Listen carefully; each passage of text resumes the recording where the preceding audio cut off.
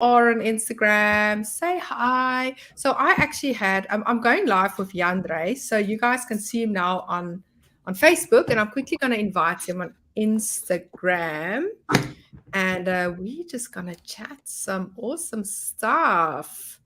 Let's quickly see Jandre. There we go. Okay, great. So we are live there. Did you get the invite? So if you're on Yes. Instagram and you're watching, say hello.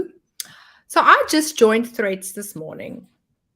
Hello, there's Jandre. Hello, Let me just Jandre. turn this Oh, now down. we have to focus here again. Okay, my sound is off. Okay, and I'm on my. How's that? Awesome, man. Yeah. Nice to be here again. It's been a while. 2, 3 weeks. Okay, wait. Sorry, think my earphones just disconnected from my Mac and reconnected to my phone. So, hello everyone. If you're watching, please say hi. Is there any echo, Jandre? Can you hear me? Is all I of can that hear fine? you loud and clear. Why do I hear you here? My air, my AirPods wants to keep connecting to my phone, so maybe I must just quickly put it off here. If you don't mind. There we go. Yes, I just did. Okay, perfect. So I think we're all good. Hello, everyone.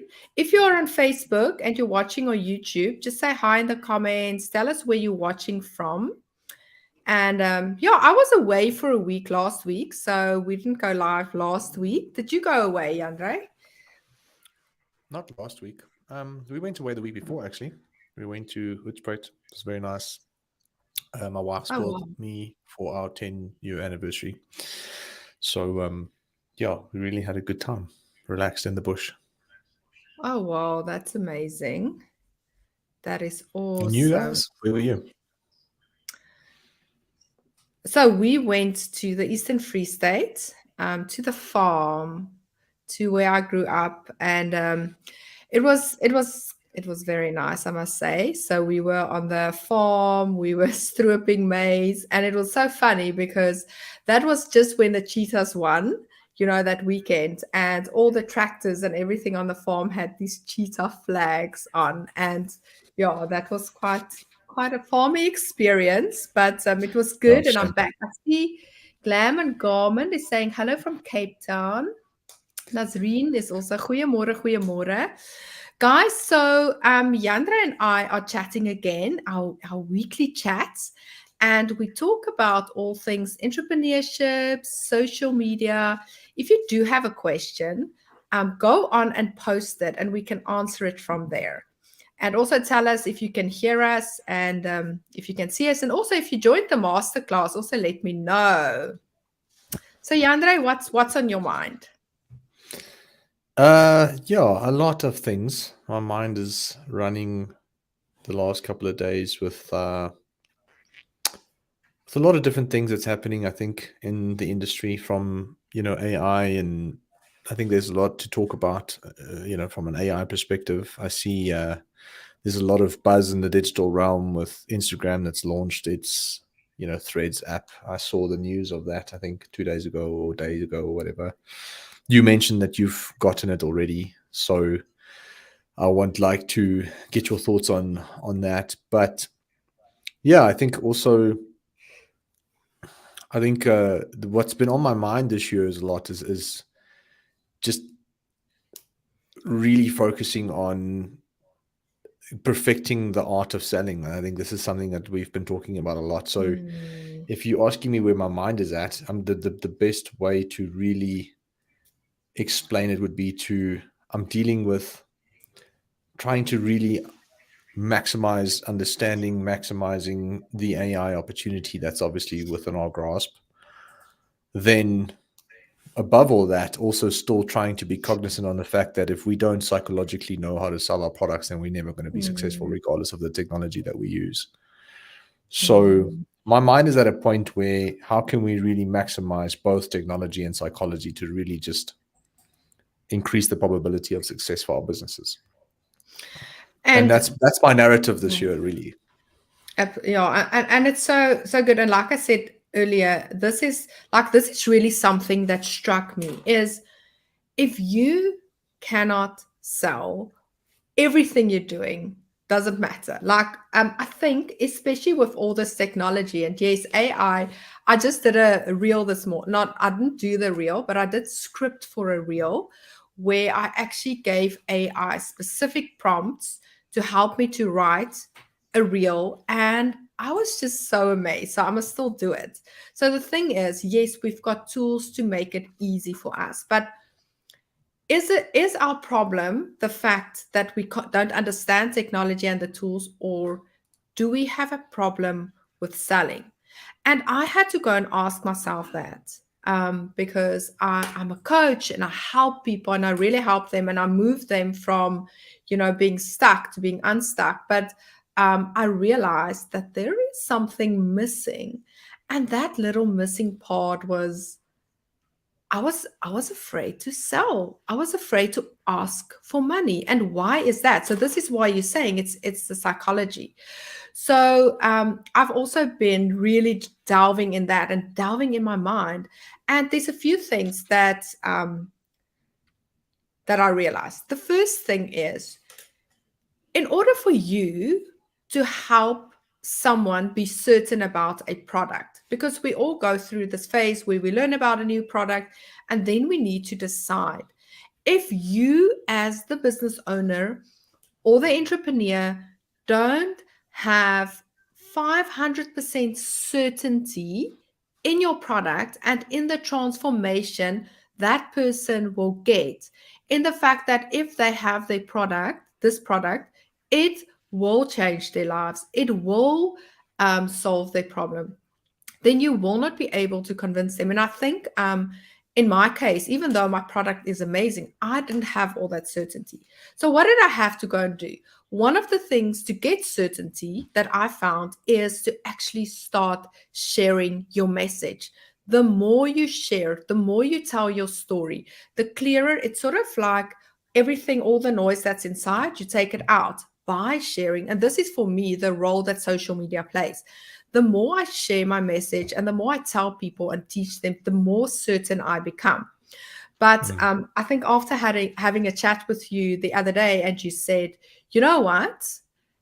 We are all in the business of selling. I think things just changed for me. And guys, if you're watching, please let us know what your thoughts are on this, because a lot of people don't feel that way. They just want to make the world a better place and be like, la di da. The point is, you need to be able to sell.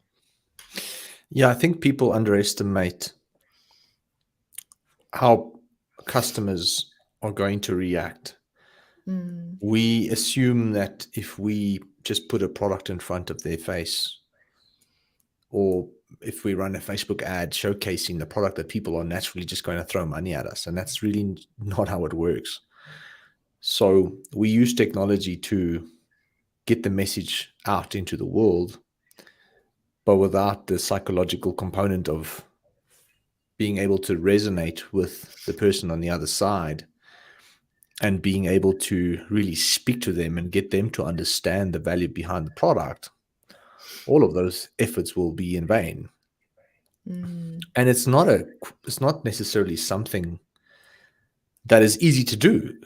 The psychology of selling is unique to every single business, every single customer, every single product, mm, but it's something that you have to continuously focus on, and it's a skill that you have to hone in on as a business and as an entrepreneur or a marketer. And the more you can hone in on that skill, I think over time, the more you will start to see traction within your own business. So a lot of people, I think, enjoy the creativity of creating, but don't that's me. necessarily, enjoy the process of selling. But we Mm, need to understand that without the selling component, we're not going to be able to cover our mm, bills and mm, continue the enjoyment of creating what we mm. obviously busy creating. So I think I've come to this realization, quite early on in my journey. I'm very grateful for that. I've at the young age, when I started my first website and I discovered Facebook ads back in 2011, I immediately understood the power of technology. But for some reason, I just couldn't convert that into rands and cents. And for a year and a half, I struggled to really convert people coming to my site into actual customers, up until I started understanding the psychological component of the sale. And that's when my life changed completely. But I also realized that everything we do on a daily basis is part of some selling process. And it's funny because we think that selling is just purely related to a business, but it's not. If I need to convince my 7-year-old to get off the iPad, I need to sell him in some way, shape, or form into doing that. I need to be negotiating with him. I need to be able to paint a picture so that he understands, to decide, okay, cool, I'm going to get off. Obviously, you can force that upon them, but I think if you're a parent that understands the bigger picture, it's about educating and trying to convince. I'm trying to convince my 7-year-old at the moment that he starts to take responsibility for his own iPad time. And to some extent, obviously, he's still 7 years old, so he's always going to abuse it. But at the same time, I can see that he is starting to understand that it's not that healthy. And funny enough, he was at his grandma's house, and I asked him over the weekend, and he said, I spent time on the iPad, and after like an hour and a half, I realized, it's been a while, and I went to play outside. And I sold that. That's amazing. Him. Wow. Well, I sold that to him. Like, that is an idea that I sold to him. And if you're negotiating with your spouse, technically you're selling your point of view. You're selling the other person into your perspective, and you want them to understand your perspective. If you're sitting in an interview, you're selling yourself to the person on the other side. So I think we sell a lot more than selling is a lot more integrated into our lives than we actually think it is. And the better we can just understand the psychological component behind a negotiation or a sale, the easier we will make our lives for ourselves, not just from a business perspective, but also just life in general. Yes. So it made me think about this whole concept of so what does someone need from you to buy from you? And this is for me where social media ties in. If people don't know you, they're not going to buy from you. If they might know you, but they don't like you, they're not going to buy from you. And if they don't trust you. So the narrative used to be just create content, create free content and all of that, which is true. But you need to be able to take that and close the sale. It's like that book that Gary Vee wrote. I'm sure you know the book about jab, jab, jab, right hook. And I think that's where I struggled. I'm very good at creating content, and people get to know me, and they trust me, they see me. And then I was sort of like, okay, now make your mind up if you want to buy or not. Whereas now I tell people, look, I know this is what you need. I know this is what you need. And this is how it's going to help you overcome this and this and this problem. And I think there also a practical tip, and you speak about this a lot, is understand what the objections of these people are before the time. Because when we go into a sale, when we try and market ourselves, we think so much about ourselves and how we view something that we forget about the customer. We literally have to zone in who's that person, what's going through their mind, what doubts do they have, what objections do they have. And then when we have this beforehand, and we can actually start giving answers to their objections before they say, oh, but I don't have time. And I mean, time is a universal problem, especially like if people have to buy now my training. Like, I don't have time. No one has time. But the thing is, it's going to save you so much time if you start with this. So it's things like that, understanding and being prepared. And this is, yeah, it's just, something that we spoke about earlier, and I just want to say how much it helped me. So I literally wrote down, um, what are the desires, and maybe you can just talk more about that. What are these? You need to understand what is the person's goal, what are their desires, and how are you going to be able to do it. So a lot of the times when we're trying to sell something, we just want to shove something in their face versus really understanding this person. And then I just want to end off with this, and then also understanding that I don't need you to buy my products. So if you're in the end not going to buy it, it's fine, but it's not me that is losing out. And Mm. also having that mindset. So I can tell you about my product, and I can tell you and I can show you all the results. But at the end of the day, look, if you don't want to buy it, be my guest. I mean, I'm not like, I'm here to actually help you with a huge, huge problem. And I think also having that mindset of, actually it's fine if you're going to say no, like, I'm not scared of no anymore. And I think it's also something I learned from you is, why are you scared of no? You know, if it's no, then it's no. I'm not the one losing out at the end. Mm. Yeah, I think there's a lot to unpack in what you said in the last couple of minutes, and I'm going to start with the first thing that you mentioned is like, if people don't trust you, they're not going to buy from you. That to me is literally the most important element behind a sale.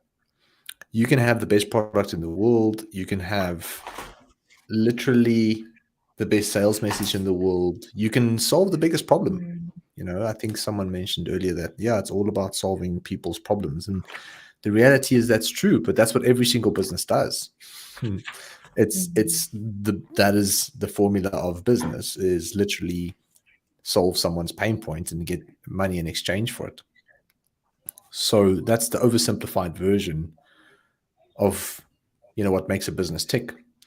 But you are not going to get anything out of anybody if they don't trust you. So the first mm. thing that every single business needs to know is that you need to focus on how you're going to build trust within your industry. That's really as simple Loving as that. this. Mm, It's not even whether people like you. Sometimes you might even buy a product from someone you don't like, but if you trust that the product is good and you trust that other people have enjoyed the product, there is still a probability that you are going to buy from them. So if we had to break this down to the most important element mm, behind a sale, it's not like. Yes, it mm. helps if someone likes you, but if you can like someone, but you can be like, well, I don't trust the product. Like, I don't. Or you could be in a situation where, you know, and I see this all the time. People have a really great product, but they go, but I really just don't know you or the business, or whether I can actually, should I buy it? Who else has bought this? And it all makes sense. You tick all the boxes, but there's just Mm. this element of, I don't know if I can trust. Am I going to get my product when I buy it? So a lot of people might see an ad on Facebook. They might go to the site. Everything looks amazing, and then they go, if I, you know, is this a scam? Like, is this too good to be Yeah, true? So those are just little, obviously minor examples of trust, but in how they come into play in the sale. But the reality is, if people don't trust you, they're not going to give you money, period. It's just how it is. absolutely. So that is Yeah. the foundation that everything needs to be built on, is how can I create trust within my industry as quickly as possible? So I think Then that is something. Let's just stop there because I think it's something we must unpack. How can I create trust? But I just quickly want to tell you a story, and then we can continue with that. How can I create trust in my industry? So when I was on the farm, so it's there in the Eastern Free State, and it's literally like it's farm. It's in the mountains. So two of my sisters stay there. I'm one of six siblings, and two of my sisters, they are on the farm, and I was listening to their conversation, and it was so interesting. So obviously, if you're not really in the digital space, for them, they cannot go to a shop. There's no malls nearby, so they need to buy their stuff online. And now I'm listening to their conversation, and they started talking about the fact that both of them have been scammed online, and how this is literally what they said. And it came back to me. So my sister said, "You know what? I only buy online from trusted businesses." And they mentioned actually two e-commerce brands that's very well known in South Africa. Like, if I can't get it there, I'm not buying it, because I once bought this beautiful bed set for my daughter and it just never came. And the other one told a story about a little dress that she bought online and it just never came. And then for them, because they're really not into there's not a lot of Wi-Fi. So it's so true of what you're saying. And then they would say, yeah, if there's someone on Instagram and I know them, like if it's a figure, I know them, they shop, I will buy from their shop. But I don't buy from any shops that online shops that I don't know. And it is because the scams are everywhere. So I'm so happy it got to this point, Jandre, of trust, because that is it. That is the thing you need. So let's go. Yeah, How can you create trust in your industry? so just to get back, like I just think that is. I just want to give a bit more context to those listening or watching, because a lot of people sitting there, but like, yeah, it's not the only thing. I'm not saying it's the only thing. I'm not saying trust is the only thing. I'm saying it's the first thing. So it's there are other elements that come into play that will obviously help you generate a sale. But trust is the first box that you have to tick before you're going to get someone the money. And without that box, you're not going to get the sale. So if someone doesn't trust you, you're just not going to get their money. So every single business can go about a different way to build trust and credibility, depending on the industry that you're in, but the quickest way and the best advice that I can give that's applicable to every single business out there, regardless of the industry, would be to get reviews and testimonials. That is literally the quickest way to establish trust. But within that comment in itself, there are multiple layers, because people think that you can just write a fake review on your site, or you can put Sarah's feedback that says, this is an amazing product and I absolutely love it. But Sarah herself doesn't even have a profile picture, or there's no way to establish whether that is actually a real human being that said that or not.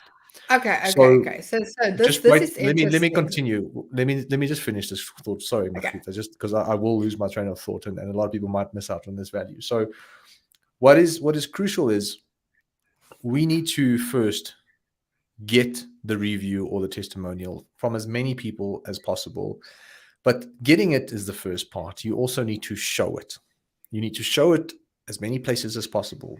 If it's on your landing page, on your website, on your ads, on your emails, and your email signature, you want to showcase the proven trust as much as possible. So getting it, then showing it, but then also the layer underneath showing it is that it needs to look authentic and real. You can't have fake reviews. So you can show reviews on your site, but if it looks fake, no one is going to believe it. So that's why my team and we used to do this. We haven't actually done it in a while. We probably should do it again, but we have 10 testimonials of clients who have allowed us to come to their premises and record their success story.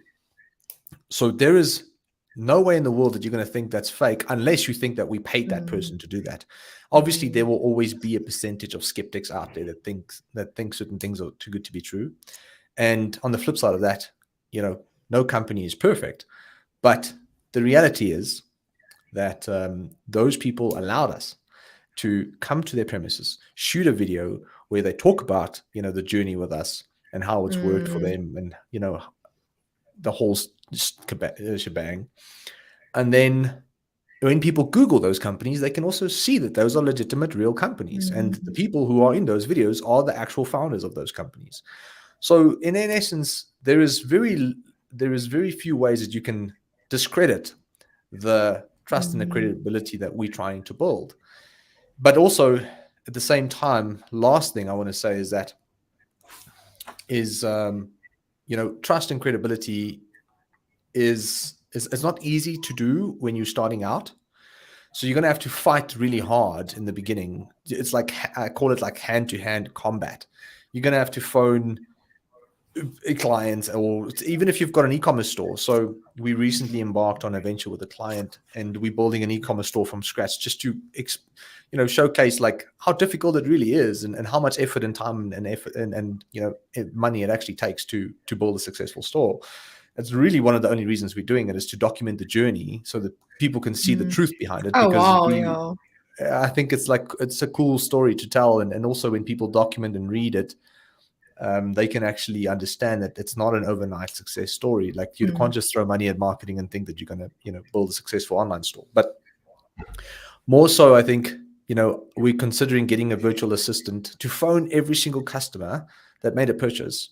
So we're paying someone per hour to literally phone every single customer and say, hey, I'm from company X. Did you get your parcel on time? Was it late? Was it early? What did you think of it? Is everything intact? Is everything good? Did you like what you found? Was it what you expected? Is the money that you're paying worth the price? Have you tested it? What do you think of it?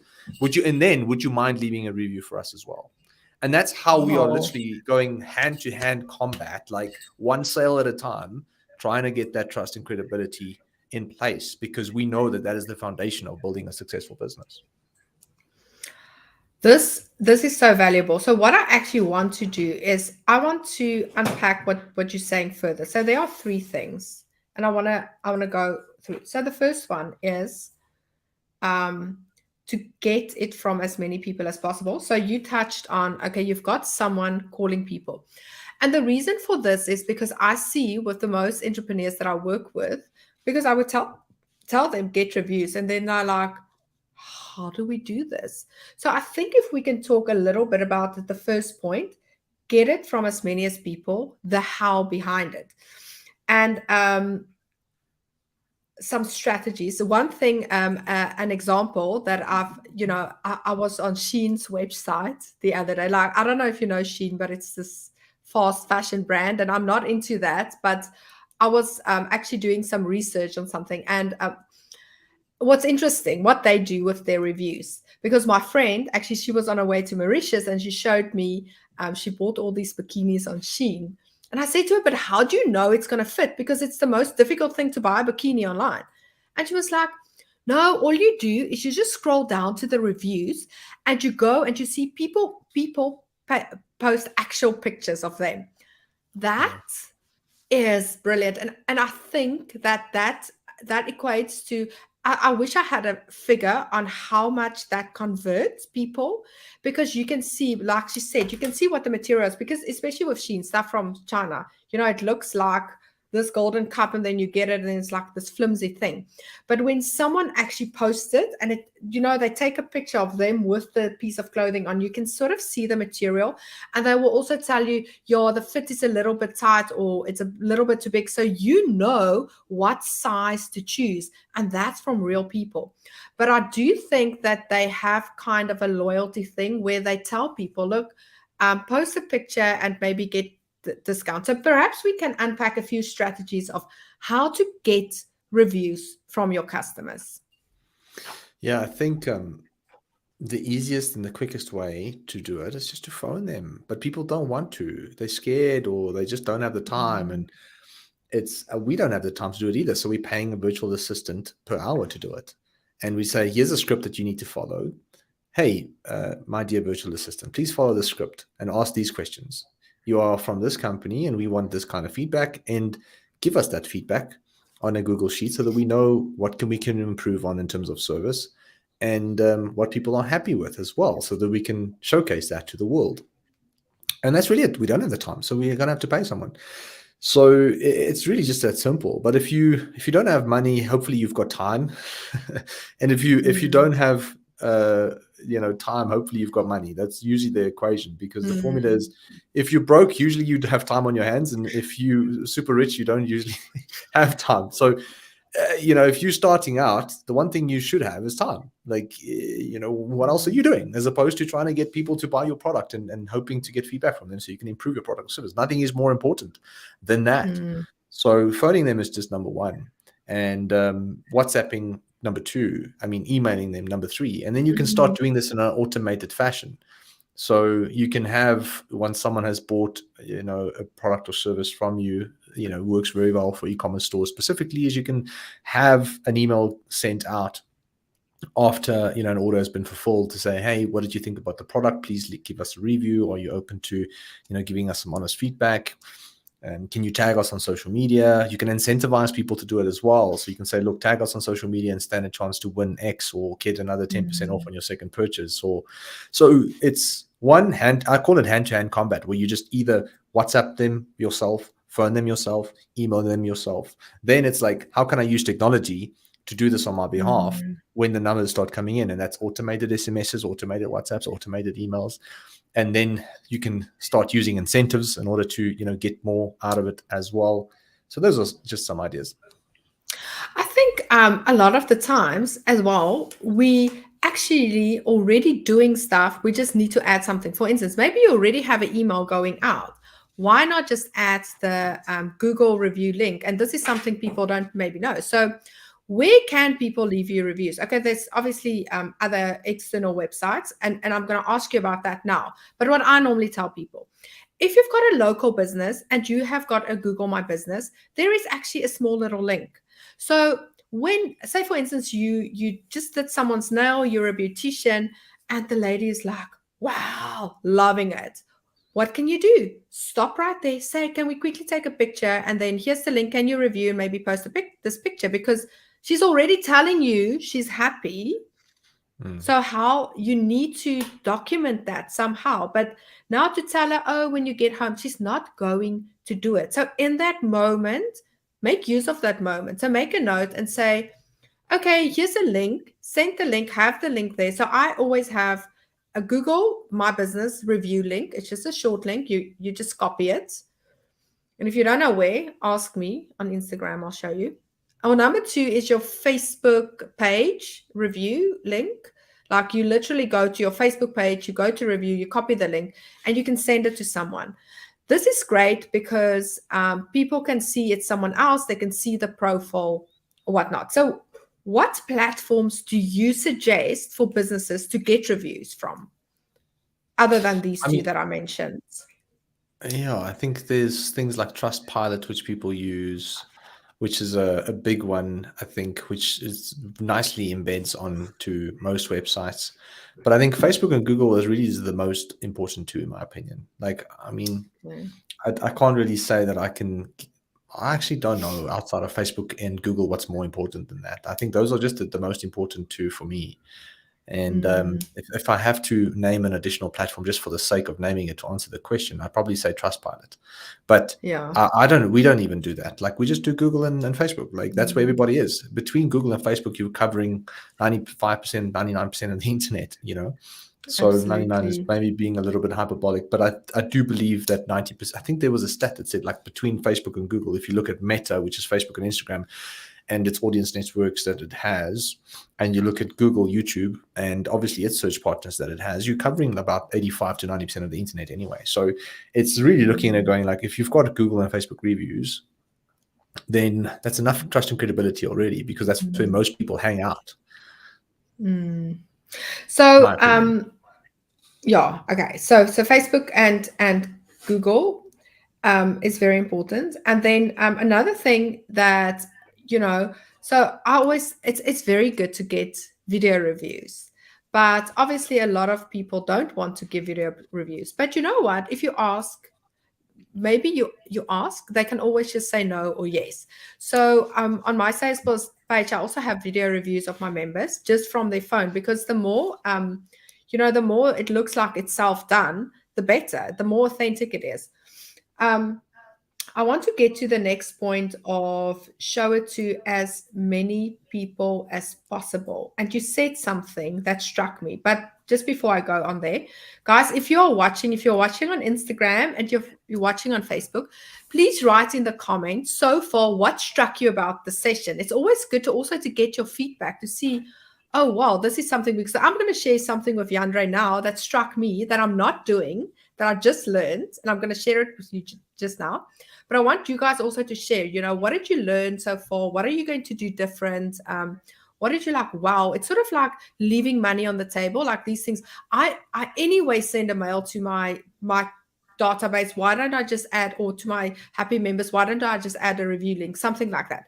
So Jandre, one thing you said that actually struck me and that I'm going to change right after this is show it to as many people as possible. Like, wow, I've got so many reviews, but you said things like, email, and yeah, so I do have on my email signature, I do have, like, I've been on CakeNet and Via and that, but not trusted by so many people. So I am actually going to go back and see where can I put more reviews. So that, yeah, that was quite an interesting one for me. Yeah, I think you need to ask yourself, how are you engaging with the public? What tools are you using? Which platforms are you using? Because those are the platforms where you probably want to showcase those reviews, because that's where people are going to see you. If you want to oversimplify this even further, is that people obviously have to see your message, and wherever the message is there a way to incorporate trust and credibility into that? So asking yourself, hey, what platforms am I using to communicate with my audience? And then the second question, how can I incorporate trust and credibility into, those platforms as well?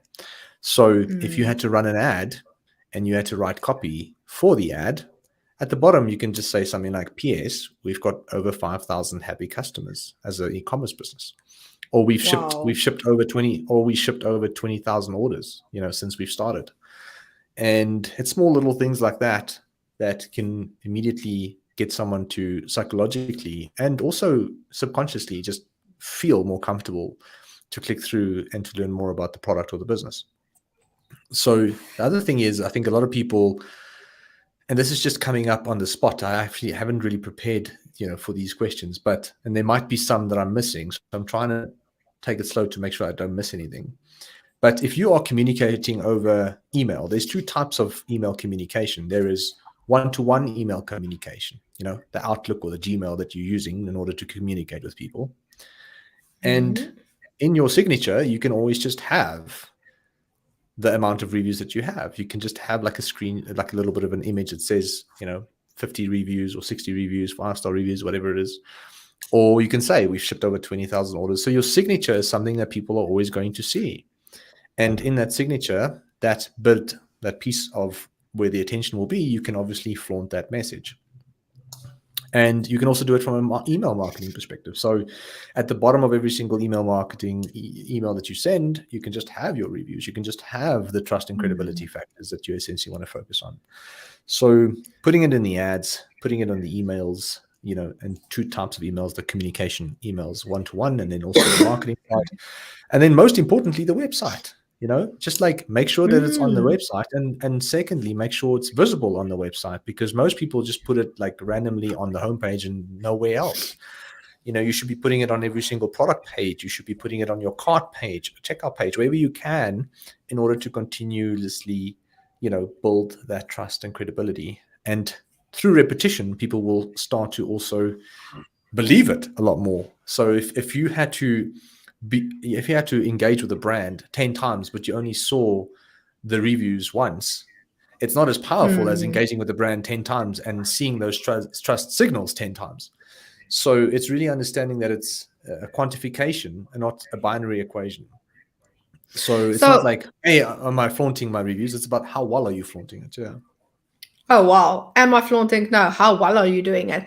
Celeste, I want to answer your question. Please tell me more about your business. So while I wait for your answer there, telling me more about your business, exactly what you are doing, I was thinking about something and I lost my thread now. But you know what? I did something. I was interrupting myself now, but I want to show you something I did. And this is a little tip. I'm actually going to share my screen. So we're talking about not only, having those reviews, but why do we want the reviews? Because it creates trust. Now, there are so many things that you can actually do. What we're talking about is where are you flaunting it? So I just quickly want to show you this for those business owners. So you can all see my Facebook, right? So one of the ways is literally on your cover image. Now, one thing I learned in this session and that I'm going to change is I don't have a review here. However, I do have trusted brands. So when someone hears about me the very first time, they're like, okay, I've been on Via TV, CakeNet, RSK, Yakaranda. Those are trusted brands. So it's very important. But I am missing out on the fact that, over so many happy customers or students. And that's definitely something I can add. I just also want to show, sorry, do you want to add something on that? No. I see Celette's got a question that I would love to answer when you're ready. Okay. And then I just quickly want to show how easy it is to get reviews. So here's the review button. You literally take that link and you ask people for reviews. Now, there's a last thing I want to show you that I did this week to actually get more exposure on a trust element. So I was featured on, there we are. I was featured on television on VIA. Now, I just want to show everyone what I did with this so that more people can see it. So I know maybe you're not going to watch the program. That is not the purpose I'm sharing this. The purpose is I want you to see that I am on the program because it's a trusted brand. But what I did is normally we would say on social media, okay, you know what, go watch this program, blah, blah. And then you would get 0 to very little comments. And if you don't get a lot of comments, not a lot of people see it. So what did I do different in this case? I said to them, okay, but you know what? Here's a little bonus. If you go and comment via underneath this, I'm actually going to send you a free guide. And you can see I had over 130 comments. And for me, the idea behind it was that not more people are going to necessarily watch the program, which would be great, but that more people can see that I am the expert in my industry, because otherwise I would not be on television. So by actually asking them, so saying, I'm giving you something for free for this comment, more people saw it, and they could also tag their friends. So this is just, it's just a way sometimes of thinking of stuff and understanding that, wow, you can do these things. It's sort of like low-hanging fruits. Like I didn't have to go and pay for more people to see this. I just had to do like a little tweak here and there.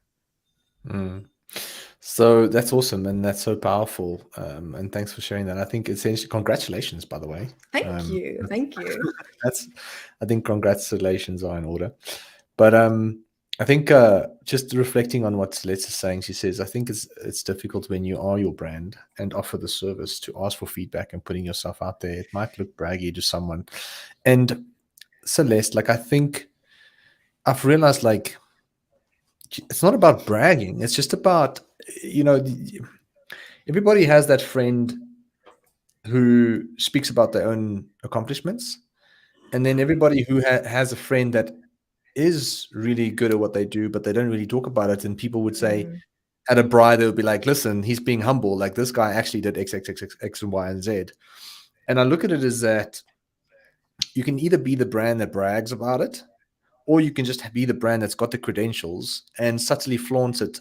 It's not like you don't have to shout it. I think the point I'm trying to make is that you don't have to shout the fact that you have all these reviews. You can subtly place it in certain parts of the site, or you can subtly place it in your email signature, or you can subtly implement it into your email marketing, where it can be noticed by somebody. So it's almost like it gets noticed, but it's not main and center, if that makes sense. So yeah, you can brag, but the problem with bragging is that people don't always necessarily appreciate that. And the ones who do appreciate it will come back and tell everybody else that it's not, they might have had a bad experience. And the reality is that no brand is perfect. No brand is perfect. And we're not perfect. We're human beings. We make mistakes. We're a company of 25 people, which means that there's 25 chances of mistakes happening, regardless of how well we train people or whatever we do. So we know that we're not perfect. But the reality is, we try and take accountability where possible. We try and have conversations with people saying, listen, if you had a bad experience, tell us about it. We had someone in the week, and I'll be very transparent about this because I'm not scared about being real. But the reality is that we had a client who had a bit of a bad experience. We have 77 clients. We have one of the lowest churn rates in the industry. But it doesn't mean that people or every single person has an amazing experience. It's just not possible. And the same with The same with e-commerce businesses. We have clients who are amazing at what they do, but they have someone who's going to give them a bad, feedback because of the fact that it's just impossible to be perfect. So this client said, he sent us an email and said, look, specific individual haven't responded to them in a timely manner. We spoke to that individual. We realized he was going through some, personal stuff. I phoned the client personally and I said, look, I'm truly sorry for what happened. This is unacceptable. We'll happily, refund you or give you a free month. And he was like, no, it's all good. I don't have an issue with that. And I said to him there, I said, look, I am not going to sleep unless I try and make this right with you. And I said, what can I do to make this right? And I offered him a free consultation session. And I said, this is my way of fixing this, and feeling that I've done something to make this right. And at the same time, we've learned that we should have our finger a bit more on the pulse on people that might be going through, difficult times in the company, or if people need to speak up and be a bit more honest. But, maybe there's a lesson to be learned in every single bit of feedback that you get. So I've learned that you don't really improve the business by only getting positive feedback. So I embrace almost negative feedback in a way, and a lot of people don't because they're scared of it. So if there is negative feedback, I look at it as like, great, thank you. It's a way for us to improve our business, because without that feedback, we wouldn't have known that is an issue. And now the next client is going to have a better experience. So can I make it right with this client? Number one. And number two, I know that if we can, the system and the business will be better for the next client too. And I think that's just the way we need to look at our businesses, is that I think a lot of people are scared to ask for feedback because they're scared that it's going to be negative. But the reality is you're not going to be able to improve your business if you just get positive feedback either. Absolutely. So, yeah, I think we should stop being scared of what people think about us. And that's just, I'm very overly romantic about the brands that I'm involved with.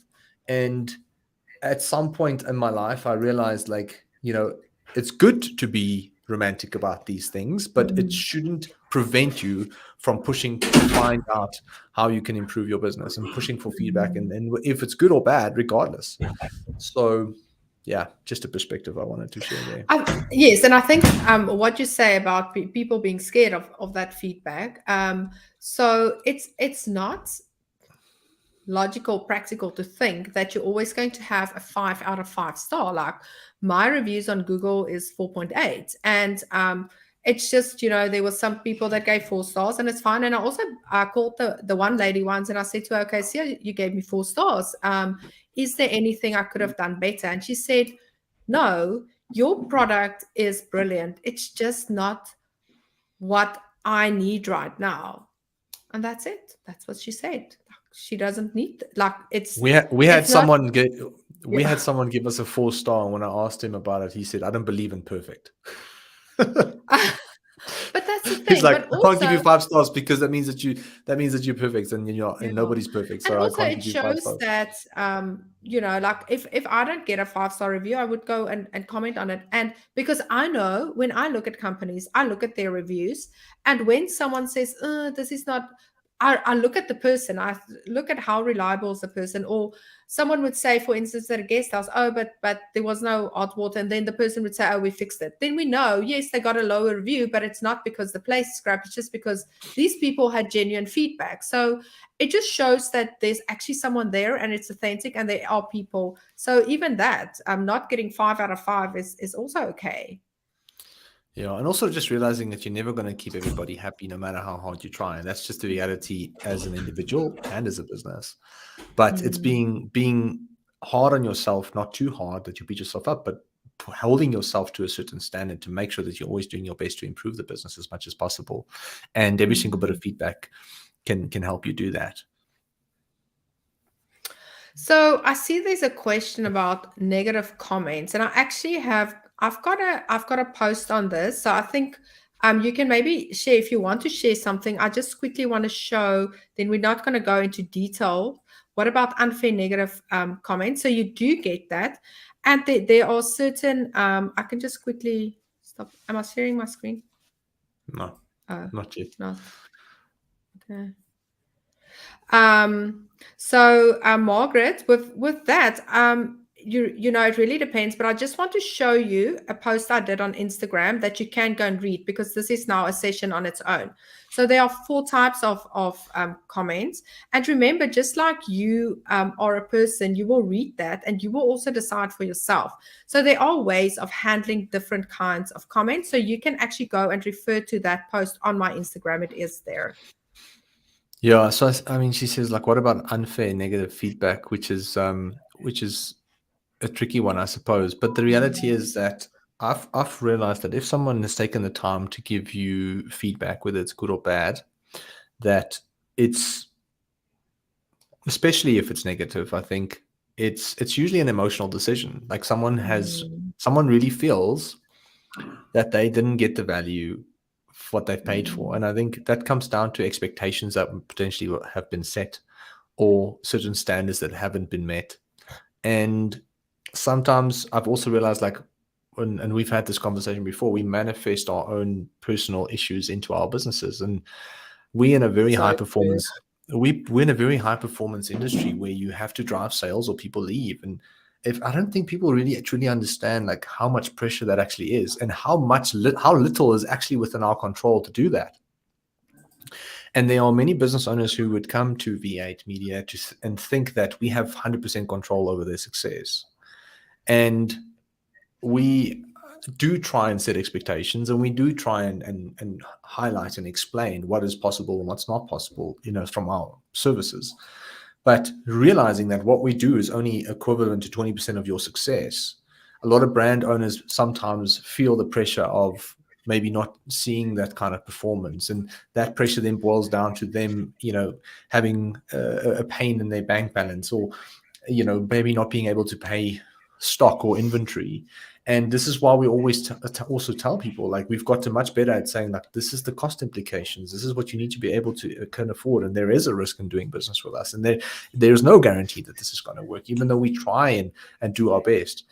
And I think setting expectations up front with your customers are very, very important, because that creates the standard of the service in itself. And then outside of that, if someone has taken the time to give you negative feedback, it's because they feel like they didn't get the value. So the question you need to ask yourselves is, was it an expectation thing? Is it an actual expectation that was misaligned? So can we communicate better on what actually to expect when you do business with us? Number 2, maybe it's a standard that wasn't met. So maybe we actually effed up in some way, and we need to, fix that, and be held accountable as well, and try our best I can to fix that. And then obviously improve the business moving forward for the next client or the next customer. But then thirdly, also sometimes if it's what she said, unfair, negative feedback. It's a very subjective word, unfair, right? Like there's no way to tangibly decide what's fair and what's not fair.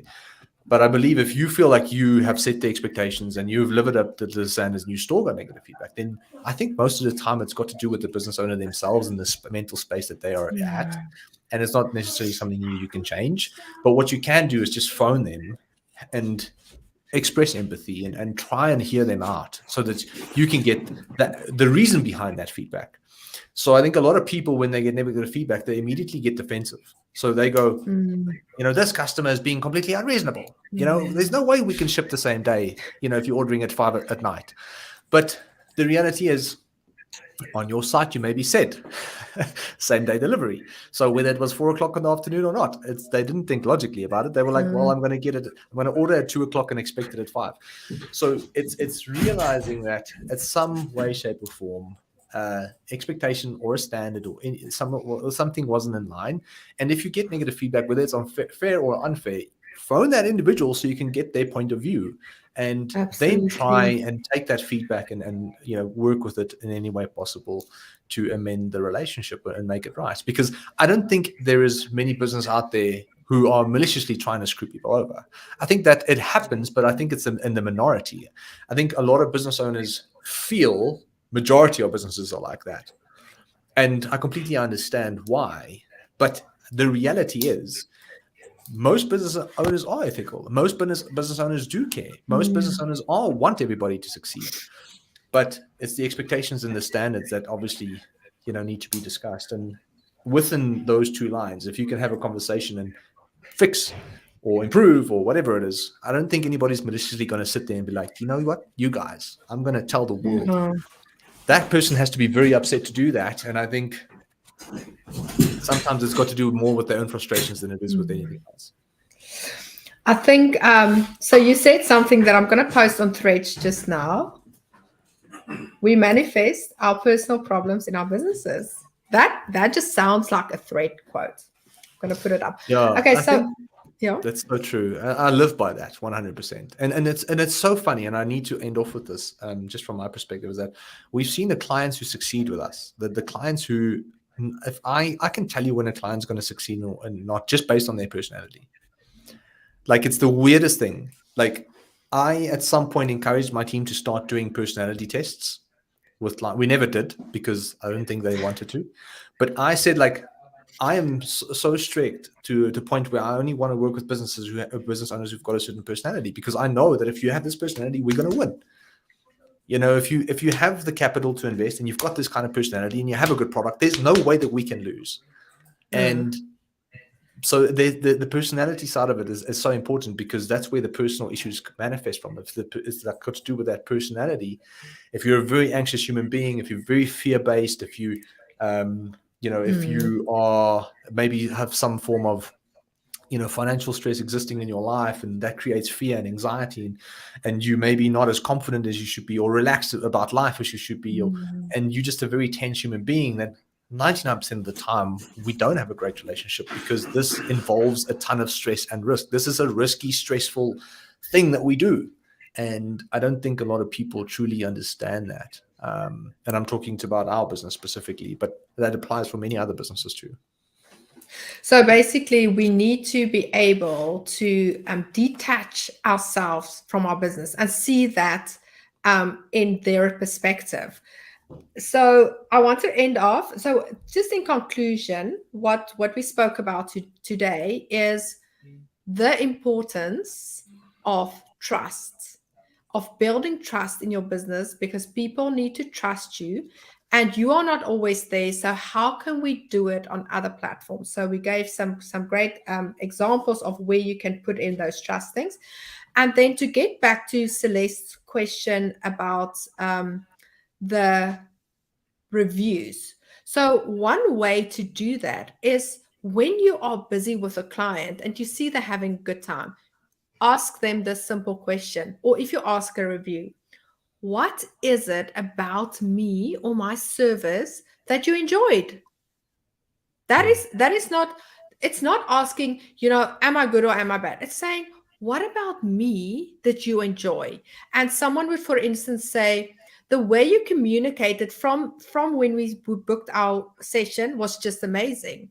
So you can go and say, this person said it, or you can ask, but can't you just say exactly that on a review? So you're not saying they must say you're the best. And this is what I often do with my students.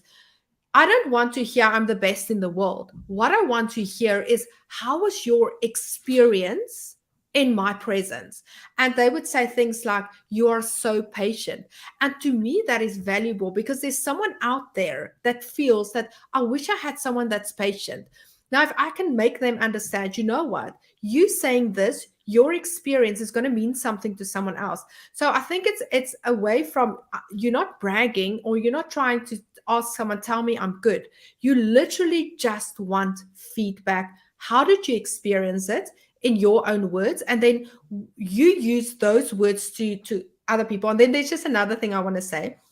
Remember, we are not for everyone. Every business is not for everyone. You need to understand that you attract people and you need to repel people. And if you do get a negative comment or feedback, maybe it's someone you're not like, it's fine. I'm not for you. I once had a lady tell me on an ad, like, the way you pronounce entrepreneurship is wrong. And at first I was like taken aback. And you know what it did to me? I'm like, so I went to the lady's profile and I saw a little business, and I said to her, wow, thank you that you took the time to give me this feedback, because it helps me to continue to learn. And by the way, I love your scented candles.